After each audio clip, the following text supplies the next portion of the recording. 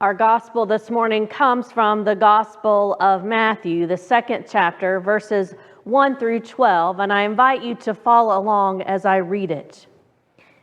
In the time of King Herod, after Jesus was born in Bethlehem of Judea, wise men came from the east, came to Jerusalem, asking, "Where is the child who has been born King of the Jews?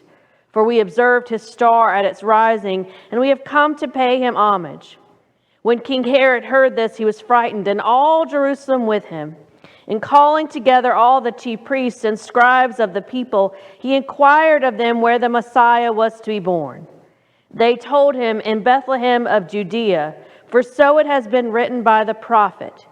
And you, Bethlehem, in the land of Judah, are by no means least among the rulers of Judah. For from you shall come a ruler who is to shepherd my people Israel." Then Herod secretly called for the wise men and learned from them the exact time when the star appeared. Then he sent them to Bethlehem, saying, "Go and search diligently for the child, and when you have found him, bring me word so that I may go and pay him homage." When they heard the king, they set out, and there ahead of them went the star that they had seen at its rising, until it stopped over a place where the child was. When they saw that the star had stopped, they were overwhelmed with joy. On entering the house, they saw the child with Mary, his mother, and they knelt down and paid him homage. Then opening their treasure chests, they offered him gifts of gold, frankincense, and myrrh. And having been warned in a dream not to return to Herod, they left for their own country by another road. The word of God for the people of God. Thanks be to God. We celebrate Epiphany by telling the story of the light. And I invite you to hear these words. There are many different ways to talk to God. One way is singing. We can sing our thanks to God. We can also listen to God by becoming very quiet. And I invite you to do so now as we gather around this table. We can make our bodies very quiet. And I invite you to close your eyes and listen to the quietness. Now see if we can make our feet grow still. See if you can make your legs grow very still. Feel your body growing very still. Now your breathing has become still. You can't hear it at all, but we invite you to breathe in and to breathe out, to breathe in and breathe out. And now we are ready to listen to God, to hear one of God's stories, the story of the light. There once was someone who said such amazing things and did such wonderful things that people began to follow him. But they didn't know who he was. So one day they simply asked him, and he told them, "I am the light." Let us enjoy the light that is there for all of us. People who love the light can become one with the light, and this is how your light can become one with the light.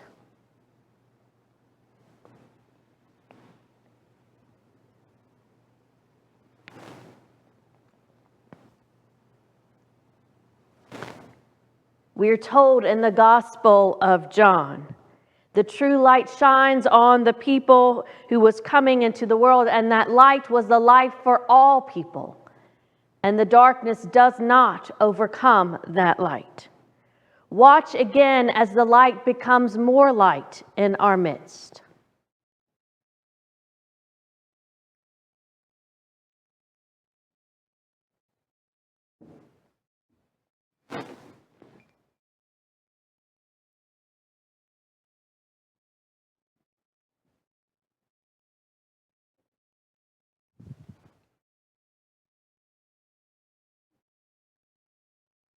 Look at how the light is growing in our midst.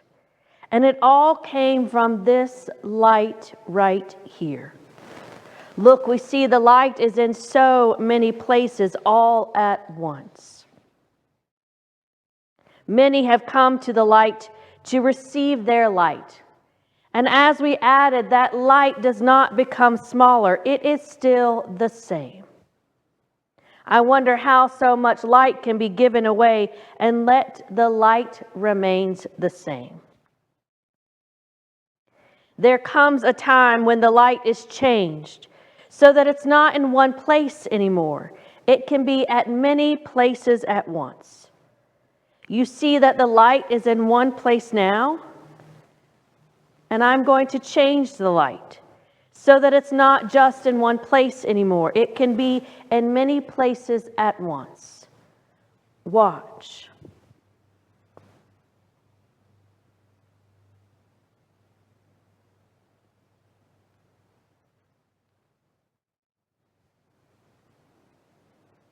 The light that was in one place at one time is in all places, in all things, and through all things, so that the light can be everywhere in this room and in other places as well. I share the story of the light with each and every one as we begin our Epiphany celebration. Epiphany is the time where we celebrate God breaking through the darkness, shining a light in our midst. Epiphany is that time and an invitation for us to change our routines, to slow down, to be still, and seek and be grounded in God's presence. It is an opportunity to explore, to engage the Word made flesh in our midst. Epiphany reminds us that we were given a gift of love and a gift of grace. We're told in the Gospel of Matthew that the wise men traveled a great distance to offer their gifts to their newborn Christ child. Like us, their journey of faith was about responding to the gift first given to them by a God who named them and claimed them as God's own. They received God's gift and they offered their gifts to God. We are told that they left by a different way to go home. They were so transformed by their encounter by the Christ child with the light that they took a different way, took a different path. To commemorate the wise men's arrival and to remember the gift that Epiphany is for each and every one of us. To remember what it is a gift to encounter the Word made flesh in our midst, we celebrate Epiphany by sharing star words with everyone.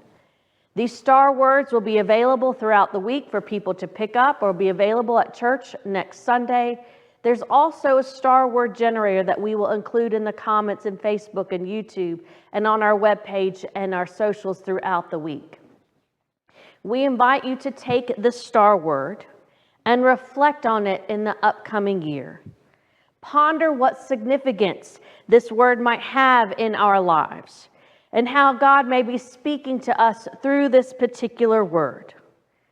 We're encouraging everybody to take this star and to place it somewhere in their house, maybe where they do morning devotionals, somewhere that they'll see it each and every day, and to open their hearts, to open their minds to the message that God is bringing to them through their star word. Just as it happened for the wise men, so it happens for us. Our star words invite us to see and to open our heart to God in unexpected ways and places. Our star words, our word made flesh for us, they can be challenging, but they are transforming. And like the wise men, our star words can be life-giving and remind us of the gift given to us by our God, who names us and claims us as God's own.